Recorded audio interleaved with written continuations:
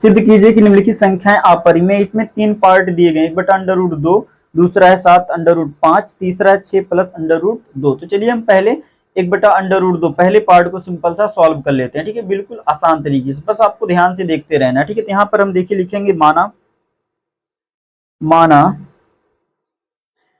1/√2 एक परिमेय संख्या है, ठीक है।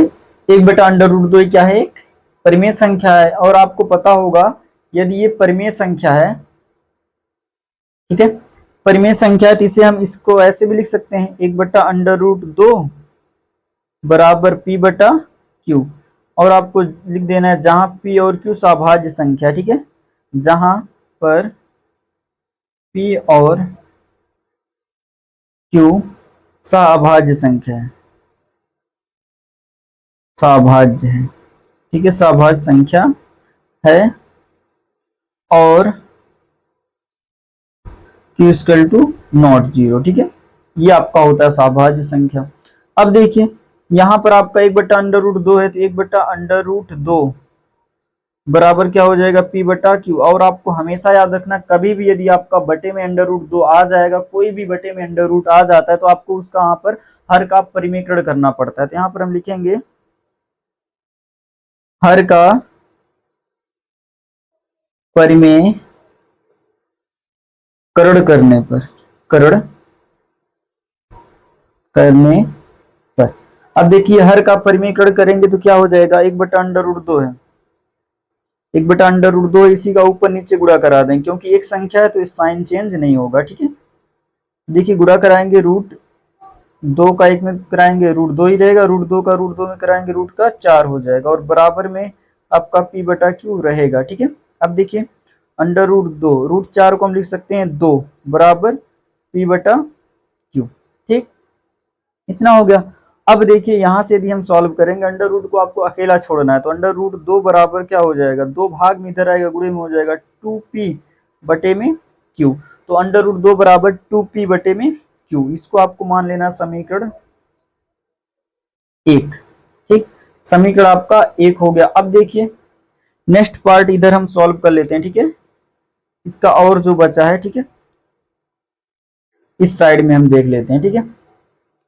अब देखिए आपको करना है क्या है, सिंपल सा समीकरण 1 हो गया। अब आपको लिखना है चूंकि दो पूर्णांकों का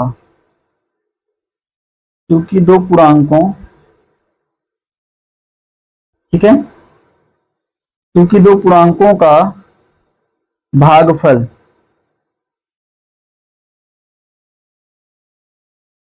भागफल एक परिमेय संख्या होता है, ठीक है। या फिर आप ऐसे भी सिद्ध कर सकते हैं कि √2 एक अपरिमेय संख्या है, ठीक है, तो 2p/q भी एक अपरिमेय संख्या हो जाएगा। बाकी ऐसे भी आप कर सकते हैं, दो पूर्णांकों का भागफल एक परिमेय संख्या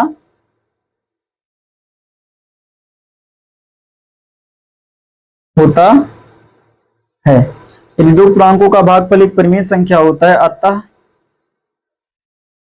2p/q भी एक परिमेय संख्या, क्योंकि बराबर है ना, एक परिमेय संख्या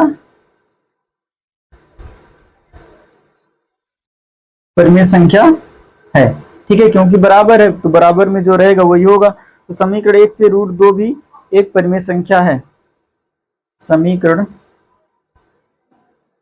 1 से √2 भी एक परिमेय संख्या, क्योंकि यहाँ पर समीकरण 1 में बराबर है, यदि ये परिमेय संख्या तो √2 भी एक परिमेय संख्या है, ठीक, इतना आपको लिख देना है, √2 भी एक परिमेय संख्या है। लेकिन अब यहाँ पर यह कथन असत्य हो जाएगा, क्यों, क्योंकि हम जानते हैं कि √2 एक अपरिमेय संख्या है, ठीक है, अतः यह कथन असत्य है, यह कथन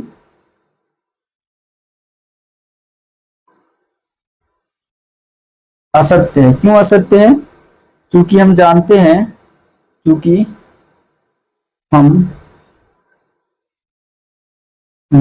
हैं कि √2 एक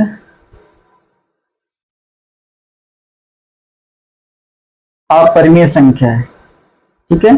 और यदि √2 एक अपरिमेय संख्या, तो इसको आप परिमेय संख्या कैसे सिद्ध कर सकते हैं, ठीक है। इसको आपको ब्रैकेट में कर देना, ठीक है, इस तरीके से, चाहे मजला ब्रैकेट आप बना दीजिएगा, ठीक है। यहाँ स्पेस कम था इसलिए हमने ऐसा कर दिया, ठीक है।